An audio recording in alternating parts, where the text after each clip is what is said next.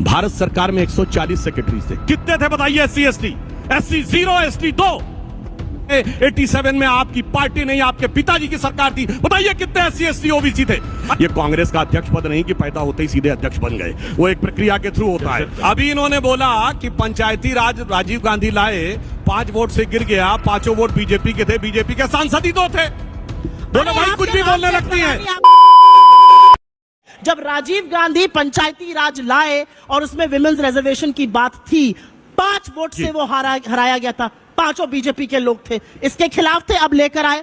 तो मेरा अपना मानना है कि राजनीति में, राजनीति is a dynamic thing, it must change. If it is not changing, जातीय जनगणना बहुत नहीं, जातीय जनगणना की जरूरत है, क्योंकि इसी के आधार पर आपको आरक्षण का कोटा तय करना है। 1931 के आंकड़े, देश की आजादी से पहले के आंकड़े। एक मिनट में बात करना। एक फैक्ट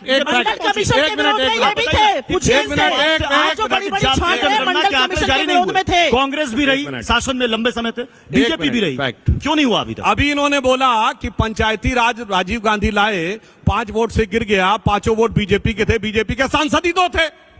दोनों भाई कुछ भी बोलने लगती हैं। राजीव गांधी के जमाने में बीजेपी के सांसद ही तो थे।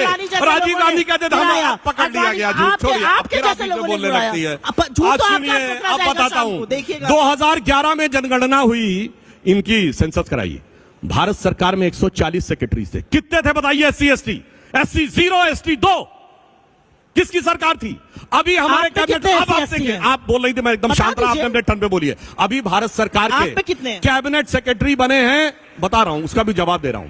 देखिए, भारत सरकार का सेक्रेटरी यूपीएससी में सेलेक्ट होकर प्रमोशन के द्वारा एक स्टेज के बाद 26-27 साल के बाद पहुंचता है। ये कांग्रेस का अध्यक्ष पद नहीं कि पैदा होते ही सीधे अध्यक्ष बन गए, वो एक प्रक्रिया के थ्रू होता है। आज भारत के जो कैबिनेट सेक्रेटरी हैं वो 1987 बैच के हैं। 87 में आपकी पार्टी नहीं, आपके पिताजी की सरकार थी। बताइए कितने SC ST OBC थे? अरे उन्हीं में से तो बनेंगे आके। अगर आपने उस समय रिजर्वेशन दे दिया होता, काका कालेलकर कमेटी की रिपोर्ट मंडल 1980 में लागू कर लिया होता, तो 87 जनगणना। अब सुनिए, हमेशा मेरे में ये डिस्कस कर रही है। समय बिल्कुल समाप्त हो रहा है। मैं सुधांशु जी,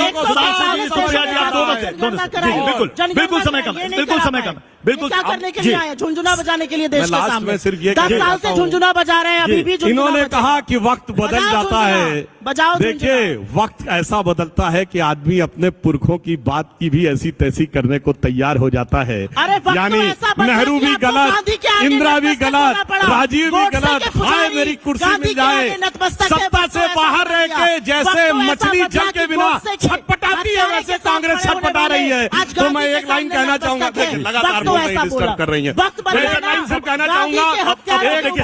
अच्छा सुनिए, इन्होंने एक मिनट एक सेकंड देखिए, गांधी के सामने सिर झुकाने से मिलती है। सत्र की अवधि यहीं पर समाप्त हो रही है। मुझे एक सेकंड दिया जाए पूरे बात करने। नहीं तो मुझे भी जो आप लगातार बोलिए, 15 और मेरा दावा है 30 सेकंड के बाद जवाब दे पाएंगे। इन्होंने स्वतंत्रता आंदोलन पे कहा, नेहरू प्रधानमंत्री बने 2 सितंबर 1946 को। कैबिनेट प्लान में वेवेल के द्वारा शपथ लेकर, यूनियन जैक के झंडे के नीचे क्वीन की निष्ठा की शपथ लेकर, भारत का संविधान नहीं था। बोलो, ये अंग्रेजों से लड़ाई लड़ रहे थे।